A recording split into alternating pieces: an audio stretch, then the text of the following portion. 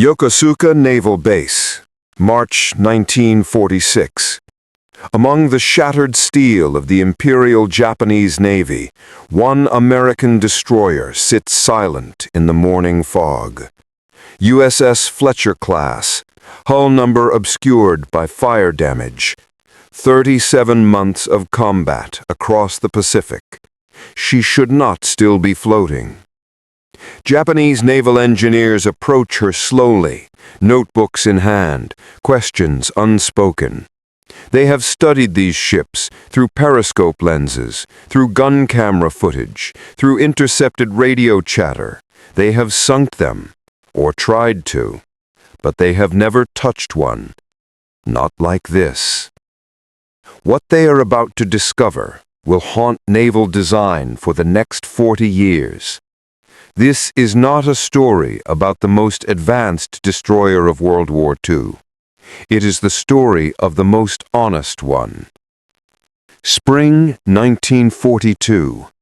America faces a mathematical nightmare. The Pacific stretches across 64 million square miles. Japan controls most of it.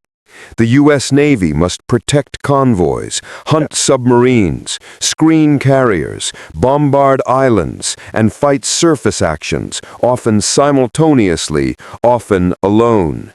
They need destroyers, hundreds of them, fast. Traditional naval wisdom says specialization. Build submarine hunters, build escorts, build torpedo boats, build them perfectly. America says, build one ship that can do everything adequately and build it in 4 months. The Fletcher-class destroyer. 376 feet of pragmatic genius. 2 steam turbines, 60,000 shaft horsepower. 5 dual-purpose gun mounts, 10 torpedo tubes, 40 anti-aircraft guns, range 6,500 nautical miles. No experimental technology, no prototype systems, nothing that cannot be repaired with a wrench and a welder at 3 in the morning in the middle of nowhere. The first ship, USS Fletcher herself, launches in May 1942. By war's end, 175 will follow. They will fight in every major engagement, survive typhoons that sink other ships, take kamikaze hits, and return to battle the same day. And the enemy will notice. What made a Fletcher different? Walk through her engine room, and the answer becomes clear. Simplicity. German destroyers of the same era carried high-pressure steam systems, efficient, powerful, temperamental. A cracked line meant hours of repairs. Italian designs pushed hydrodynamic perfection, fast, fragile, dependent on shore facilities. The Fletcher? Standard boilers, standard turbines, redundant systems, parts interchangeable with dozens of other ship classes. Her engineering logs tell the story. Repairs made at sea, without dry dock, without specialized tools, by crew members who learned the job 3 months ago in Brooklyn. This was not accidental. Every system designed around one question. What happens when this breaks in combat? Watertight compartments, 24 of them. Flooding in one? Seal it. Keep fighting. Electrical systems, multiple independent circuits. Lose power forward, aft generators take over automatically. Fire suppression, foam, water, CO2, redundancy layered on redundancy. The guns, dual purpose, surface targets, aircraft, same weapon, same ammunition. While Japanese destroyers carried specialized anti-air guns that couldn't hit ships and surface guns that couldn't elevate high enough for planes, the Fletcher pointed 5 identical mounts at anything that moved and fired. Crew survivability? Not an afterthought. Berthing spaces distributed throughout the hall. No single hit could kill everyone. Mess decks doubled as emergency medical stations, ventilation systems designed to vent smoke out, not circulate it through the ship. The Fletcher-class was built by engineers who assumed everything would go wrong and designed accordingly. The real test came not in design reviews, but in saltwater and fire. November 1943, Pacific Sea. USS Spence, Fletcher-class, takes a kamikaze hit amidships. Fuel fire engulfs the superstructure. Ammunition begins cooking off. Crew fights the blaze for 40 minutes. She makes port on her own power. March 1945, Okinawa. USS Lutz, Fletcher-class, struck by 2 kamikazes within 10 minutes.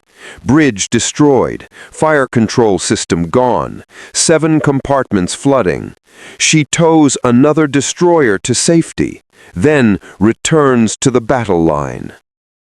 By 1944, German naval intelligence has compiled detailed reports on Fletcher-class performance. The assessments are clinical, dispassionate. American destroyer design prioritizes operational availability over maximum capability. Translation: their ships keep fighting when ours are in dry dock. Japanese analysis goes further. Post-action reports note Fletcher-class destroyers returning to combat with visible damage that would have sunk comparable Japanese vessels. They document repair times, hours, not weeks. One report, recovered after the war, notes, enemy vessels demonstrate inferior refinement, but superior endurance. Design philosophy appears optimized for extended campaign operations without shore support. They had identified the truth.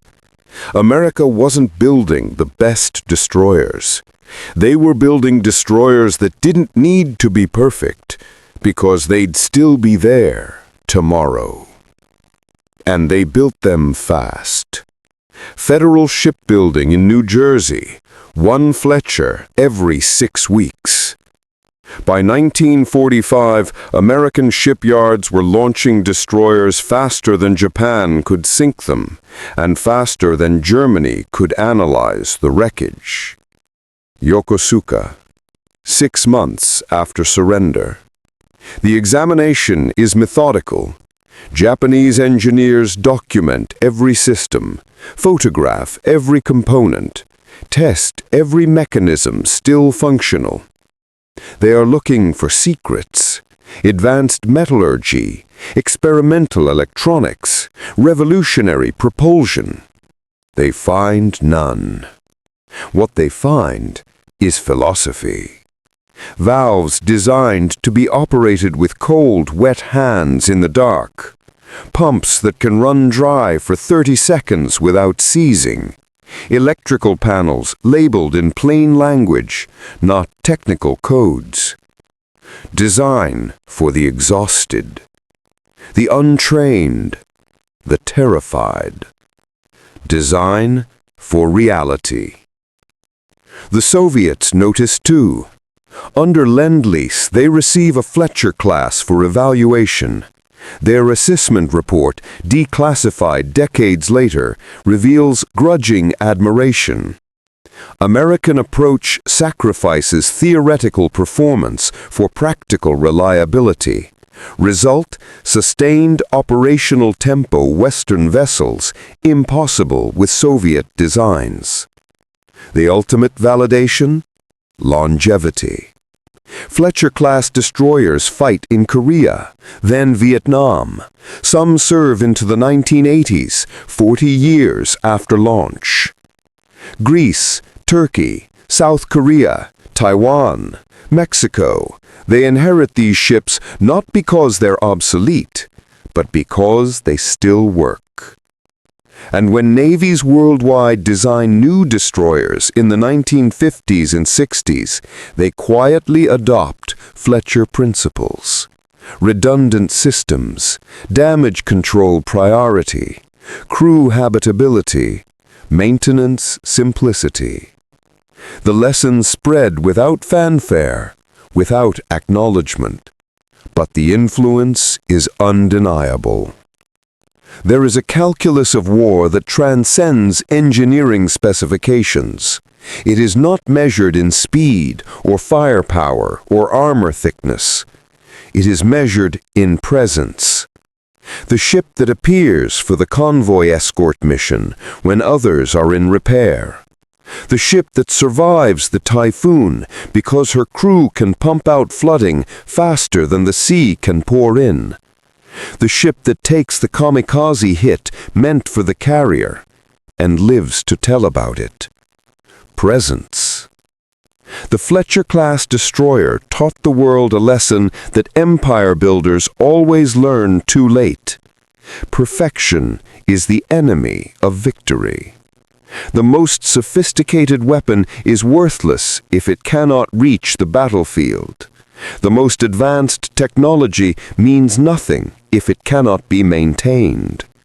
The most powerful ship is irrelevant if it sits in port awaiting parts.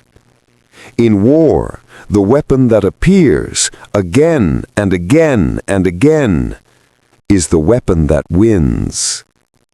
The Japanese built destroyers faster than Fletchers.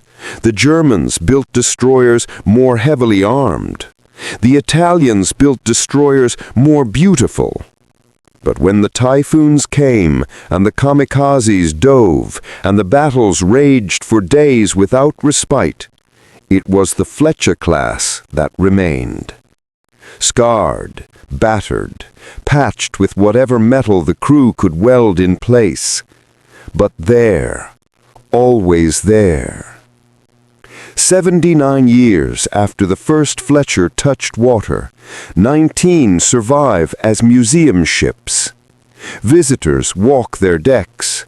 Children spin the helm. Veterans stand silent at rails they once manned under fire. The ships remain, monuments not to perfection, but to something more valuable: endurance.